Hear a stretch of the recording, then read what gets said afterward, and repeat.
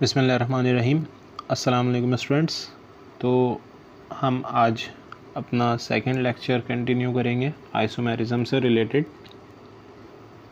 सो isomerism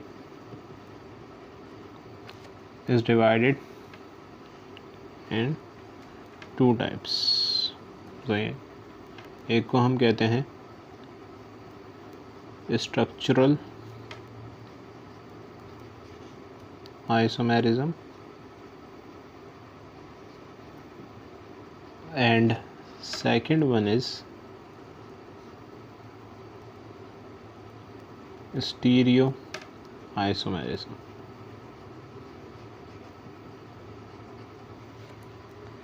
structural isomerism को हम एक और नाम देते हैं जो कि है जनाब कॉन्स्टिट्यूशनल आइसोमेरिज्म।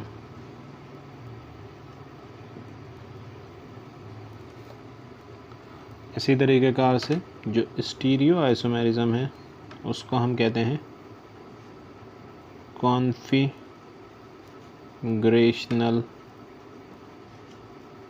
आइसोमेरिज्म। अच्छा, अब कुछ बातें कर लेते हैं जो आपने लास्ट लेक्चर में पढ़ी हैं कि हमने कंपाउंड लिया 2, 3, 4। अब यहाँ पर हाइड्रोजन अटैच कर देते हैं CH2 CH2 और ये लास्ट में CH3। इस कंपाउंड का नाम क्या है? इसका नाम है N-ब्यूटेन। अब सेम फार्मूले में रहते हुए एक और स्ट्रक्चर ड्रॉ किया हमने। यहाँ CH3 और ये CH3 और यहाँ गया H। इसको कहते हैं हम आइसोब्यूटेन। अब किस चीज़ का फ़र्क है दोनों के अंदर? कार्बन चेन का फ़र्क है। इसके अंदर स्ट्रेट चेन है और in this second molecule you have branch chain. सही, तो आसान अल्फाज में कार्बन चेन का फ़र्क है। सही, जिसको आपने चेन आइसोमेरिज्म कहा था। अब इसी तरीके कार से हम एक और स्ट्रक्चर ड्रॉ करते हैं।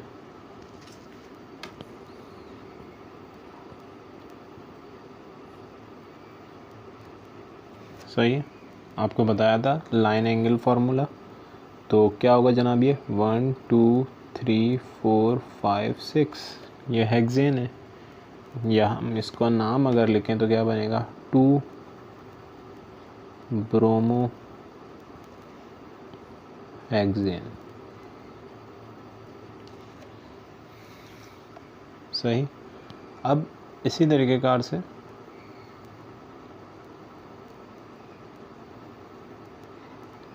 अगर मैं ये ब्रोमीन यहाँ अटैच कर दूँ, now this will be called as 3।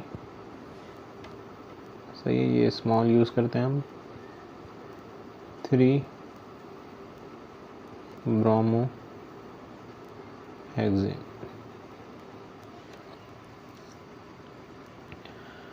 अब इन दोनों में किस चीज़ का फ़र्क है?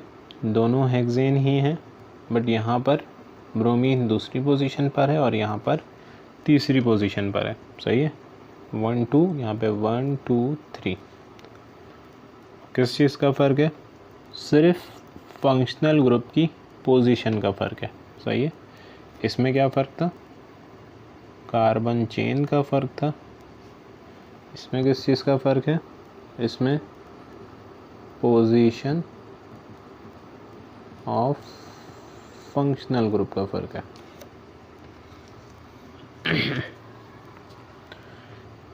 यहाँ आते हैं नेक्स्ट एग्जाम्पल की तरफ। आपके ethyl alcohol CH3 CH2 OH, जिसको हम कंडेंस्ड फॉर्म में C2H5 भी लिखते हैं। सही। इसी तरीके कार से CH3OCH3, सही है। अब जैसे कि हर एग्जाम्पल के अंदर फार्मूला सेम था बट कुछ अरेंजमेंट का फ़र्क था। जैसे ये आपको बताया ओपन चेन और ब्रांच चेन, फार्मूला क्या है इसका, कितने कार्बन है, 4 कार्बन है, हाइड्रोजन कितने हैं, 3 + 3 6 7 8 9 10, सही। C4H10 ब्यूटेन है, अल्केन के फार्मूले से भी हम डायरेक्ट बता सकते हैं, C4 होगा तो H10 होगा क्योंकि 2N+2 होता है, सही। अब यहाँ पर भी यही बात है, 4 कार्बन है और you have 10 hydrogen atoms.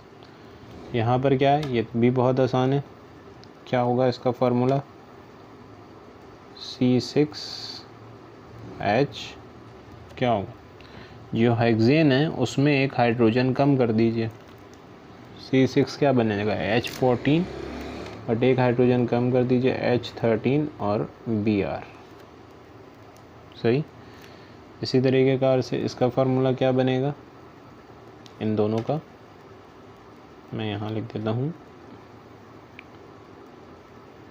Carbon कितने हैं दोनों में, 2 कार्बन है, हाइड्रोजन कितने हैं, 3 + 3 6, यहाँ पे 3 + 2 + 1 6, C2H6, और ऑक्सीजन कितना है, दोनों में एक ही है तो C2H6O।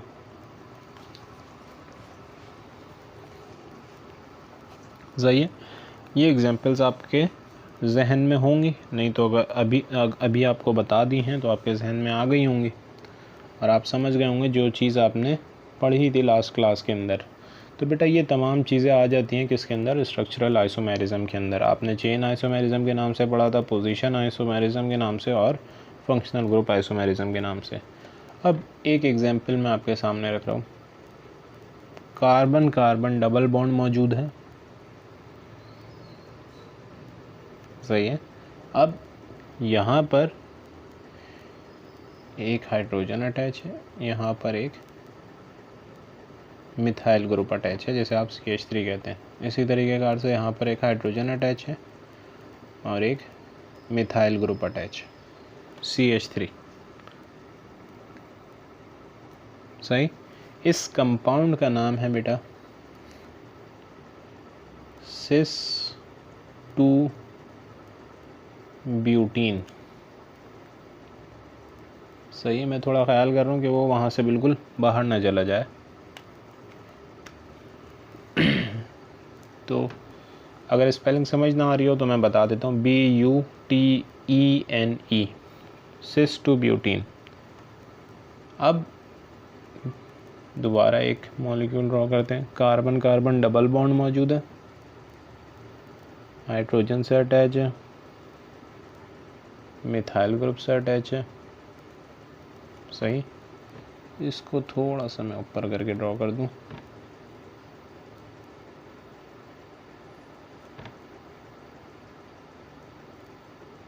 CH3 और H। अब दोनों कंपाउंड्स के अंदर आप एक चीज़ का फ़र्क देख सकते हैं कि in the first molecule which is called cis2ब्यूटीन, उसके अंदर आप देखेंगे कि जो सेम ग्रुप हैं वो सेम साइड पर आ रहे हैं, सही है। और दूसरे मॉलिक्यूल के अंदर ये अपोजिट साइड पर आ रहे हैं, मिथाइल ग्रुप यहाँ नीचे और यहाँ पर ऊपर की तरफ है, सही है। इसका नाम है बेटा trans2ब्यूटीन, trans2ब्यूटीन, सही। तो आप एक बात समझ गए होंगे कि सिस कहने की वजह क्या है कि वहाँ पर ग्रुप एक ही साइड पर आ रहे हैं और यहाँ पर अपोजिट साइड पर आ रहे हैं। अब ये बातें तो हो गई, अब मुझे बताइए ये दोनों किस टाइप ऑफ आइसोमेरिज्म में लाई करते हैं जो आपने पीछे पढ़े हैं।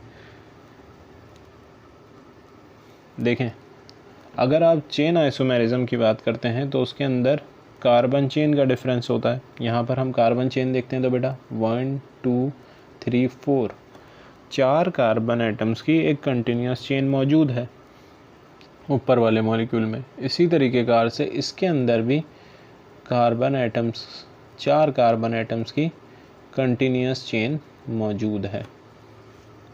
सही है। तो कार्बन चेन का डिफरेंस नहीं है, सही, क्योंकि अलग से कोई ब्रांच नहीं निकल रही।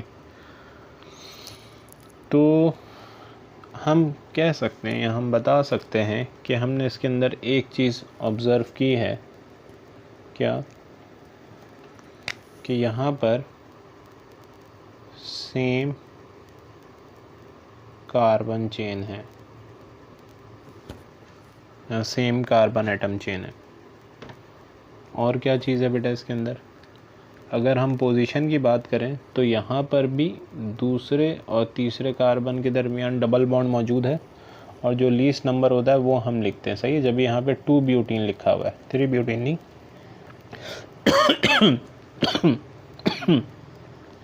सिमिलरली दूसरे के अंदर भी आप देख सकते हैं कि वहाँ पर भी 2 और 3 पोजीशन पे जो कार्बन है उनके दरमियान डबल बॉन्ड मौजूद है।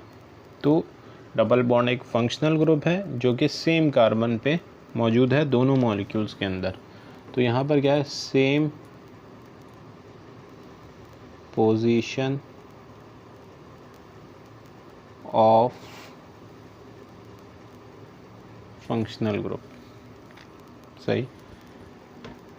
एक और चीज़ देख लेते हैं कि क्या फंक्शनल ग्रुप डिफरेंट है, नहीं, दोनों में सेम फंक्शनल ग्रुप है, डबल बॉन्ड।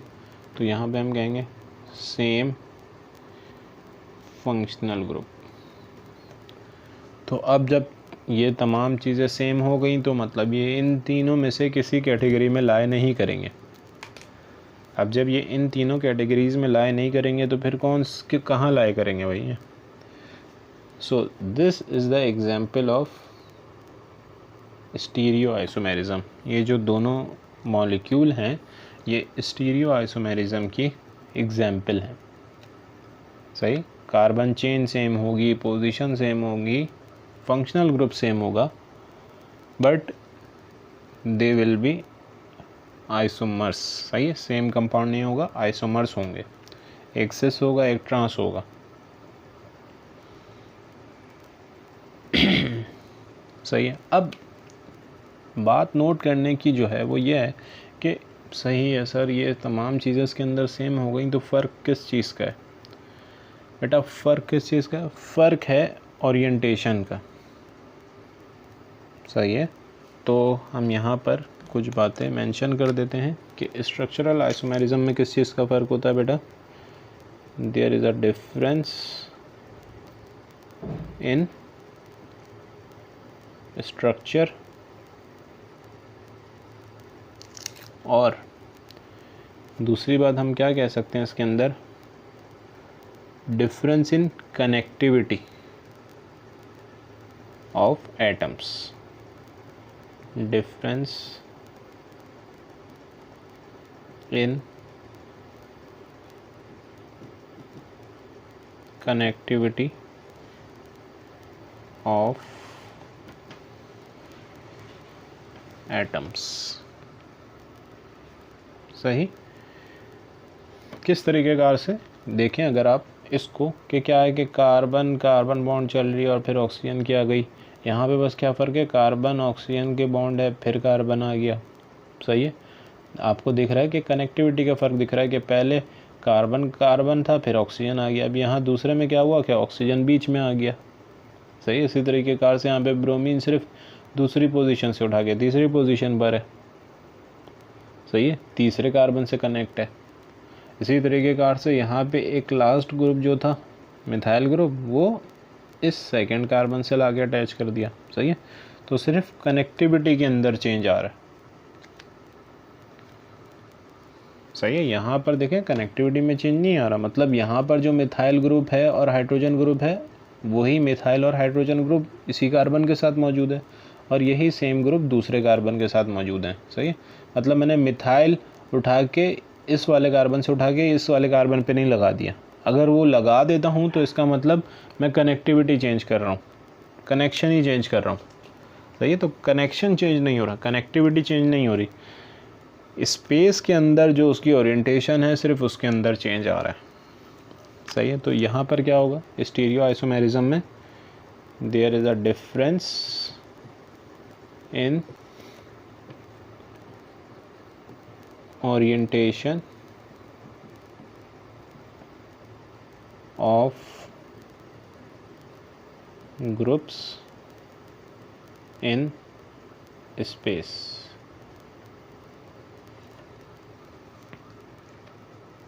सही। उम्मीद है यहाँ तक सबको बात समझ में आ रही होगी।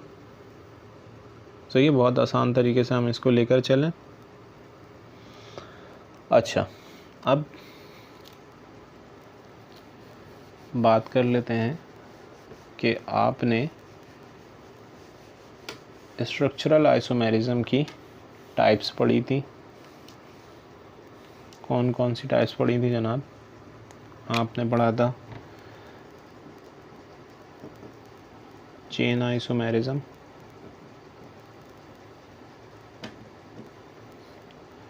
आपने पढ़ा है पोजीशन आइसोमेरिज्म,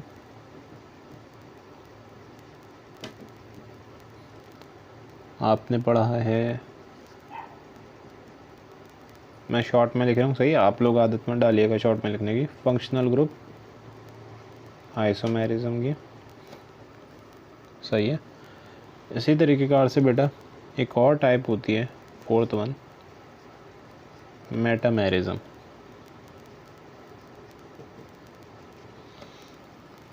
एक और होती है फिफ्थ वन, जिसको हम कहते हैं टोटोमेरिज्म। सही है, ये तीनों आप पढ़ चुके हैं। सही है, ये जो दो टाइप्स बची हैं इनको हम सेपरेट क्लासेस के अंदर अलग अलग इनको पढ़ेंगे। सही है, मेटामेरिज्म को अलग, टोटोमेरिज्म को अलग। अच्छा, बात कर लेते हैं स्टीरियो आइसोमेरिज्म की टाइप्स की। इसमें दो टाइप्स आ जाती हैं बेटा,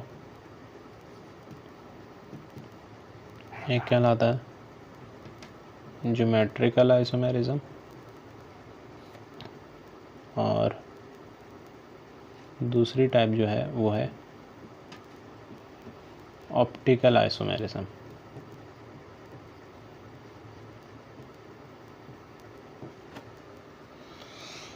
सही, अब इनकी एग्जांपल्स देख लेते हैं। सही है, पहले ज्योमेट्रिक आइसोमेरिज्म की थोड़ी बात कर लेते हैं कि हमने पीछे भी एग्जांपल के अंदर देखा, जो आपको एग्जांपल दी थी, कार्बन कार्बन डबल बॉन्ड है, यहाँ पे कोई भी एक ग्रुप लगा हुआ है उसको मैं एक्स कह देता हूँ, यहाँ पे वाई, यहाँ पर एक्स, यहाँ पर वाई। अब ये इस कार्बन पे जो दो ग्रुप हैं एक्स और वाई, वो दूसरे कार्बन पे एग्जैक्टली यही हो भी सकते हैं और नहीं भी। सही है, मतलब ये डिफरेंट हो सकते हैं। एक्स प्राइम वाई प्राइम लगा दिया मैंने कि दोनों अलग हैं इससे, ये वाला एक्स इससे अलग है, ये वाला वाई इससे अलग है, या सेम भी हो सकते हैं। पर एक चीज़ का ख्याल रखना है कि जो आपके पास कार्बन है, ये वाला हो या ये वाला हो, इनके ऊपर नीचे सेम ग्रुप ना हो। सही है, मतलब यहाँ पे एक्स ना लिखा हुआ हो। सही है, तो फिर ये इसका आइसोमर नहीं होगा। सही है, तो ये क्या आ जाएगा, यहाँ पे हमने वाई लगा दिया। अब इसका आइसोमर बनाएंगे कैसे, क्या करेंगे, किसी भी एक कार्बन के ऊपर दोनों ग्रुप्स को फिक्स रखेंगे और दूसरे ग्रुप को इंटरचेंज कर देंगे। सही है, दूसरे कार्बन के ग्रुप्स को इंटरचेंज कर देंगे। जैसे कार्बन कार्बन डबल बॉन्ड है, हमने यहाँ इसको थोड़ा सा चेंज कर देते हैं,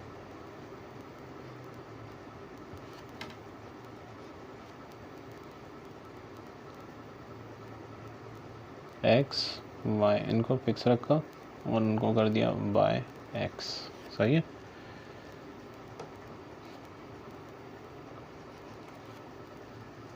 तो अब ये दोनों एक दूसरे के आइसोमर है। कौन से आइसोमर है बेटा, ये एक दूसरे के ज्योमेट्रिक आइसोमर है। सही है, ज्योमेट्रिकल आइसोमर्स हैं। सही, तो यही चीज़ कहलाती है बेटा ज्योमेट्रिकल आइसोमेरिज्म। अच्छा, अब ऐसा करते हैं कि कुछ चीज़ें चेक कर लेते हैं कि आपके थोड़े बहुत बात समझ में आई या नहीं, कि ज्योमेट्रिकल आइसोमेरिज्म किस मॉलिक्यूल में होगा या किस में नहीं।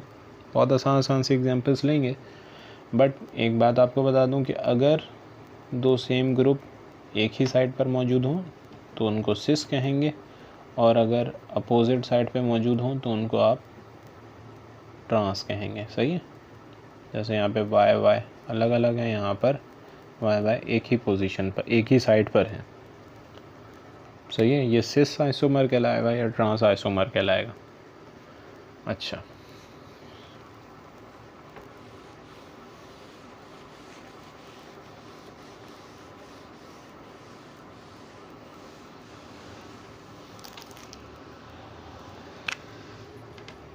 एक मॉलिक्यूल है, कार्बन कार्बन डबल बॉन्ड है, इधर मिथाइल ग्रुप लगा है, इधर भी मिथाइल ग्रुप लगा है, इधर हाइड्रोजन है और इधर हाइड्रोजन है। सही। तो अब बताइए इसके अंदर ज्योमेट्रिकल आइसोमेरिज्म होगा या नहीं होगा? तो इसका जवाब है बेटा नहीं होगा। क्यों? क्योंकि एक ही कार्बन से दो सेम ग्रुप अटैच है, यहाँ पर भी और यहाँ पर भी। सही। तो इसके अंदर ज्योमेट्रिकल आइसोमेरिज्म नहीं होगा। बात करते हैं एक और मॉलिक्यूल की। कार्बन कार्बन डबल बॉन्ड है, यहाँ क्लोरीन, यहाँ ब्रोमीन, यहाँ Cl और यहाँ Br। इसके अंदर बात करें तो ये बिल्कुल एग्जैक्टली इसी तरीके का से है। अगर ये x हो जाता है तो ये y है, ये x और ये y। सही। तो इसके अंदर ज्योमेट्रिकल आइसोमेरिज्म होगा, और इसका दूसरा आइसोमर बनेगा क्या?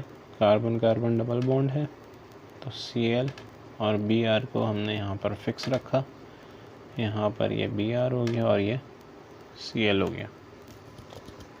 सही। अब एक और मॉलिक्यूल की और बात कर लेते हैं।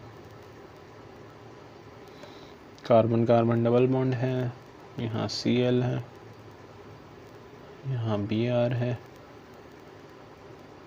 यहाँ फ्लोरीन है, यहाँ आयोडीन है। सही। अब यहाँ पर बताइए, यहाँ पर होगा ज्योमेट्रिकल आइसोमेरिज्म या नहीं? तो इसका जवाब है बेटा हाँ होगा। मगर आप कह सकते हैं कि सर आपने वहाँ पर जो एग्जांपल लिखी है वहाँ एक्स वाई है। नहीं बेटा, पर आपको साथ साथ बताया था कि एक्स प्राइम वाई प्राइम। सही है। मतलब ये चारों ग्रुप अलग भी हो सकते हैं। तो ये जहाँ पर चारों अलग हैं तो इसके अंदर भी ज्योमेट्रिकल आइसोमेरिज्म होगा। अब कैसे बनेगा इसका दूसरा आइसोमर? वही तरीका जो आपको पहले बता चुके हैं। यहाँ पे फ्लोरीन और आयोडीन को फिक्स रख लीजिए और उन दोनों को इंटरचेंज कर दीजिए, Br और Cl।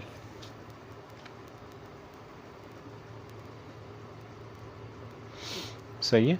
तो यहाँ पर यहाँ तक हमने ज्योमेट्रिक आइसोमेरिज्म की, ज्योमेट्रिकल आइसोमेरिज्म की काफ़ी बात कर ली है। अब थोड़ा सा ओवरव्यू हम ऑप्टिकल आइसोमेरिज्म का भी ले लेते हैं।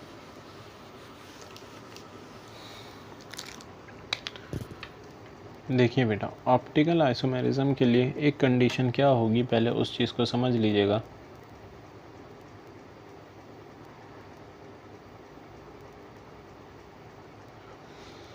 कि हम टेट्राहेड्रल स्ट्रक्चर ड्रॉ करते थे फर्स्ट ईयर के अंदर, तो उसके अंदर हमने डॉटेड लाइन और ब्रॉड लाइन का आपको बता दिया था कि ये किस चीज़ को रिप्रेजेंट करते हैं। तो इसके लिए आपको समझाया था कि बिलफर्स, अगर ये जो दोनों बॉन्ड यहाँ पे शो की हैं, जो लाइनें हैं, ये प्लेन के ऊपर हैं। सही। ये प्लेन के ऊपर हैं, तो जो डॉटेड लाइन है वो प्लेन के अंदर है। सही है। मतलब इस बोर्ड से अंदर की तरफ, और जो ब्रॉड लाइन है वो इस बोर्ड से बाहर की तरफ। सही। तो जनाब यहाँ पर हाइड्रोजन, यहाँ पर ब्रोमीन, यहाँ पर है इथाइल ग्रुप C2H5, और यहाँ पर है मिथाइल ग्रुप।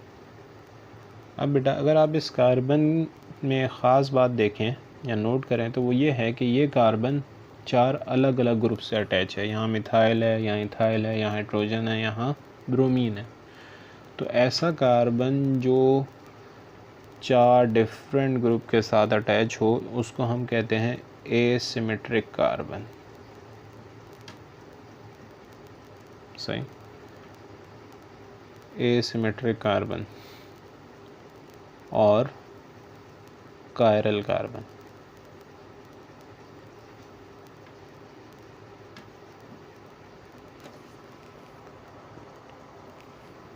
अच्छा, अब सही, एक कंडीशन आपको समझ में आ गई कि आपके पास क्या हो, एसिमेट्रिक कार्बन हो ज्योमेट्रिक आइसोमेरिज्म के, ऑप्टिकल आइसोमेरिज्म के लिए। अब अगर आप इसका मिरर इमेज ड्रॉ करें तो ये ऐसे ही रहेगा आपके पास, Br और हाइड्रोजन। सही है, एक ही लाइन में है ये।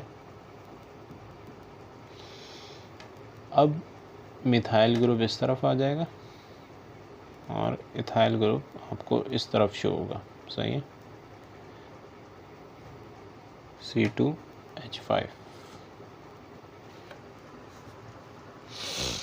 अब बेटा ये कहलाते हैं मिरर इमेज। सही है, ये अगर मैं आपको प्रॉपर बताऊं तो वो ये कहलाएंगे non super impossible mirror image.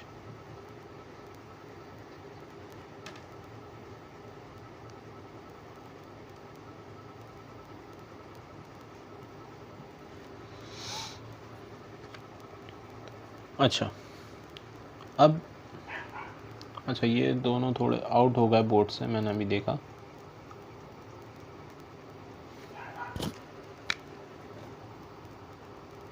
मैं थोड़ा इनको यहाँ से रब करके यहाँ ड्रॉ कर देता हूँ ताकि आपको नज़र आए।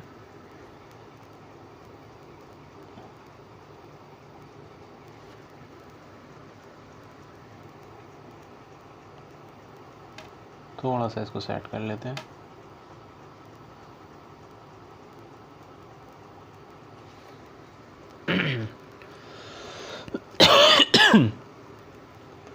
अब ये दोनों कहलाते हैं एक दूसरे के ऑप्टिकल आइसोमर्स। अब देखें, बात यह है कि ऑप्टिकल आइसोमर्स क्यों कह रहे हैं, क्योंकि बेटा यहाँ पर लाइट की इन्वॉल्वमेंट है। सही है, मतलब पीछे जो आपको तमाम आइसोमर्स बताया उनमें हम डिफ़र कैसे करते हैं, मतलब फार्मूला सेम है, आप डिफ़र कैसे करेंगे बेटा, उनकी प्रॉपर्टीज़ में डिफरेंस होगा। मेल्टिंग पॉइंट अलग है, बॉइलिंग पॉइंट अलग है, तो आप आसानी से उनको पहचान सकते हैं, जान सकते हैं। पर यहाँ पर क्या है कि अगर मेल्टिंग बॉइलिंग पॉइंट भी बहुत करीब तरह या सेम है पर फिर भी कंपाउंड की कुछ प्रॉपर्टीज़ में डिफरेंस है, तो आप फिर उनको कैसे डिफ़र करेंगे, कैसे फ़र्क मालूम करेंगे उनके दरमियान, तो उसके लिए हम यूज़ करते हैं लाइट का। सही है, अब लाइट भी सिंपल लाइट नहीं, इसके लिए जो लाइट यूज़ करते हैं उसको हम कहते हैं प्लेन पोलराइज्ड लाइट। सही, अब क्या करते हैं, जब ये प्लेन पोलराइज्ड लाइट हम इन कंपाउंड से गुजारते हैं तो इनमें से कोई एक कंपाउंड उस प्लेन पोलराइज्ड लाइट को या तो क्लॉकवाइज मूव करवा देता है या एंटी क्लॉकवाइज। सही, अगर बिलफर्ज ये क्लॉकवाइज मूव करवाएगा तो ये एंटी क्लॉकवाइज मूव करवा देगा। सही, तो इस फ़र्क के थ्रू हम इन दोनों को पहचान सकेंगे कि ये कौन सा आइसोमर है या ये कौन सा आइसोमर है। सही है, इनको हम नाम भी देते हैं, वो आप आगे की क्लासेस में जान पाएंगे। अच्छा, एक चीज़ को मैं मज़ीद थोड़ा आपको एलिब्रेट कर दूं कि non super imposable mirror image का मतलब आप कैसे समझें कि देखें बेटा, ये आपका राइट हैंड और लेफ़्ट हैंड एक दूसरे के मिरर इमेज है। सही है, एक दूसरे के मिरर इमेज है, पर इसके बाद सवाल यह है कि क्या दोनों सेम है, क्या दोनों सेम है? तो आपका जवाब हो सकता है हाँ सर, एक जैसे ही तो दिखते हैं, तो सेम है। पर मुझे एक बात बताइए आपके जो क्रिकेट खेलते हैं, हार्ड बॉल खेलते हैं, प्रोफेशनल क्रिकेट खेलते हैं, वो right hand gloves, right hand में जो ग्लव्स पहना जाता है उसको लेफ़्ट में पहनते हैं क्या, या लेफ़्ट को राइट में पहन सकते हैं? तो जवाब है नहीं। सही, जो राइट हैंड का ग्लव है वो आप राइट हैंड में ही पहनेंगे, जो लेफ़्ट हैंड का है वो लेफ़्ट हैंड में ही पहनेंगे। सही है। तो हैं एक दूसरे के मिरर इमेज, पर एग्जैक्टली एक जैसे नहीं है। सही है। मतलब ये देखिए, ये मेरा एक हाथ है, लेफ़्ट हैंड है, और इसके ऊपर अगर मैं राइट हैंड रख रहा हूँ तो ये दोनों एक दूसरे के ऊपर इम्पोज नहीं हो सकते। सही है। आप देखें तो ये जो लिटिल फिंगर है ये इस थंब के ऊपर आ रही है। सही है। और ये थंब इस की तरफ आ रहा है। सही है। तो ये मिरर इमेजेस तो हैं, बट एक दूसरे के ऊपर क्या हैं, इम्पोज नहीं हो सकते। तो जब भी कहलाएंगे नॉन सुपर इम्पोजेबल। अच्छा, अब अगर आप नॉन का वर्ड हटा दें तो वर्ड क्या बच जाता है भाई, सुपर इम्पॉसिबल। मतलब इससे आप चीज़ समझ सकते हैं कि ऐसे में ऐसा इमेज बनेगा जो उस ऑब्जेक्ट के ऊपर इम्पोज हो सकता होगा। इसके लिए आसान सी एग्जांपल है, बॉल ले लीजिए। सही है। उसका मिरर इमेज भी एग्जैक्टली उसी जैसे ही दिखेगा। सही है। अब ये दोनों एक दूसरे के ऊपर इम्पोज हो सकते हैं। सही है। तो उम्मीद है अब तक की जो हमने बातें की हैं वो समझ में आई होंगी, मगर फिर भी कुछ सवालात आपके ज़हन में हो तो कर लीजिएगा। इंशाअल्लाह उनको या आपको मुतमईन करने की कोशिश करेंगे। और दूसरी बात यह है कि इंशाअल्लाह नेक्स्ट लेक्चर्स जो आते जाएंगे, जो लेक्चर्स आते जाएंगे उसमें आपकी क्यूरीज़ भी कवर होती जाएंगी। ओके स्टूडेंट्स, अपना ख्याल रखिएगा। अल्लाह हाफ़िज़।